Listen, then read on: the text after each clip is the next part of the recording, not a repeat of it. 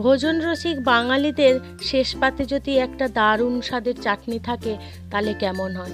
আমি আজকে হাজির হয়ে গেছি সেই রকম একটা রেসিপি নিয়ে, দারুণ স্বাদের আমড়ার চাটনি রেসিপি। এটা আমি খুব সহজ পদ্ধতিতে দেখিয়েছি, আর হাতের কাছে থাকা সামান্য কিছু উপকরণ দিয়ে খুব সহজেই এটা বানিয়ে ফেলা যায়। বন্ধুরা, আপনারা যদি আমার মতন একবার বানিয়ে দেখেন, আশা করছি আপনাদেরও খুব ভালো লাগবে। আমার রেসিপিটি যদি ভালো লাগে তাহলে লাইক, কমেন্ট, শেয়ার করতে ভুলবেন না। নমস্কার বন্ধুরা, ইজি কুক চ্যানেলে আপনাদের সবাইকে স্বাগত জানাই। চলুন শুরু করছি। আমি এখানে 200 গ্রাম আমড়া নিয়ে নিয়েছি। প্রথমে আমড়াটাকে আমি ভালো করে ধুয়ে নেব। জল ঢেলে দিলাম, হাত দিয়ে ভালো করে কচলে কচলে ধুয়ে আমড়ার গায়ে যে ময়লা থাকে ময়লাটা পরিষ্কার করে নিয়েছি। এবারে আমড়ার এই বোঁটাটা কেটে বাদ দিয়েছি, আর আমড়াগুলোকে আমি এই রকম টুকরো করে নিয়েছি, অর্থাৎ আমড়াগুলোকে আমি 4 টুকরো করে নিয়েছি। এবারে ওই কাটা আমড়াতে আমি কিছুটা জল দিয়ে দেবো। জল দিয়ে ভিজিয়ে রেখে দেবো প্রায় 10 মিনিট। আমড়ার গায়ে যে একটা কষা ভাব থাকে সেই কষাটা কেটে যাবে। এবার 10 মিনিট পর আমি হাত দিয়ে আমড়াগুলোকে আবারও একটু ভালো করে ধুয়ে পরিষ্কার করে নেব, দিয়ে জল ঝরিয়ে নিয়েছি। এবারে গ্যাসে কড়াই বসিয়ে দিলাম। কড়াইটা বেশ গরম হয়ে গেলে তাতে আমি 1 চামচ সর্ষের তেল দিয়ে দিলাম। এই রান্নাটা অবশ্যই সর্ষের তেল দিয়ে করতে হবে। ফোড়নে আমি দিয়ে দিলাম 1/2 চামচ কালো সর্ষে, আর 1/4 চামচ 5 ফোড়ন, আর 2টো শুকনো লঙ্কা। ফোড়ন থেকে একটা মিষ্টি গন্ধ বেরিয়ে এলে তখন আমি কয়েকটা কারি পাতা দিয়ে দিলাম। কারি পাতাটা একটু নাড়াচাড়া করে আমি কেটে রেখেছিলাম যে আমড়াটা, সেটা আমি দিয়ে দিলাম। দিয়ে মশলার সাথে একটু ভালো করে নেড়ে চেড়ে নেবো, সাঁতলে নেবো আর কি। এবারে দিয়ে দিলাম স্বাদ মতো নুন আর 1 চামচ হলুদ গুঁড়ো।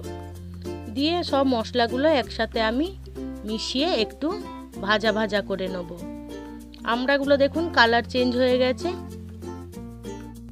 এবার আমি এখানে 1/2 কাপ মতন জল দিয়ে দেবো, দিয়ে সব উপকরণগুলো একসাথে মিশিয়ে নেব।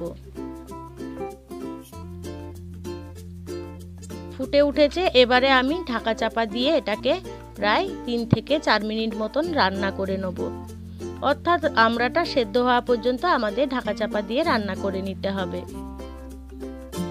আমড়াগুলো দেখুন কি সুন্দর সেদ্ধ হয়ে গেছে।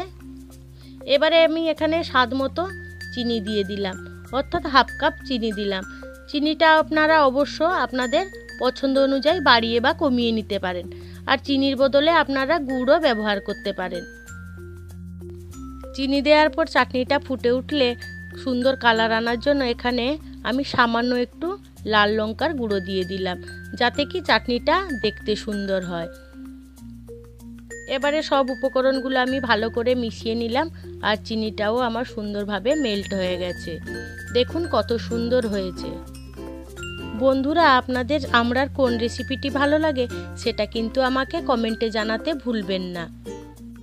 চিনি দেওয়ার পরে আমি চাটনিটাকে 3 থেকে 4 মিনিট মতন ফুটিয়ে নিয়েছি।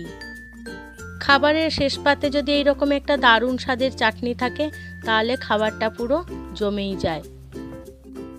যেসব বন্ধুরা ইউটিউব থেকে দেখছেন আমার এই রেসিপিটি, আমার এই ক্ষুদ্র চ্যানেলটিকে সাবস্ক্রাইব করে আমার পাশে থাকার অনুরোধ করছি।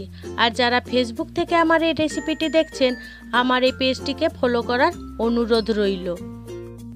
এবারে আমি চাটনিটাকে একটা বাটিতে নিয়ে নিচ্ছি সার্ভ করার জন্য। আমার এই দারুণ স্বাদের আমড়ার চাটনি রেসিপিটি যদি আপনারা বাড়িতে বানান তাহলে কমেন্টে জানাতে ভুলবেন না। আপনাদের অসংখ্য ধন্যবাদ আমার এই ভিডিওটি সম্পূর্ণ দেখার জন্য। আপনারা ভালো থাকুন, সুস্থ থাকুন। দেখা হবে পরের কোনো নিত্য নতুন রেসিপিতে।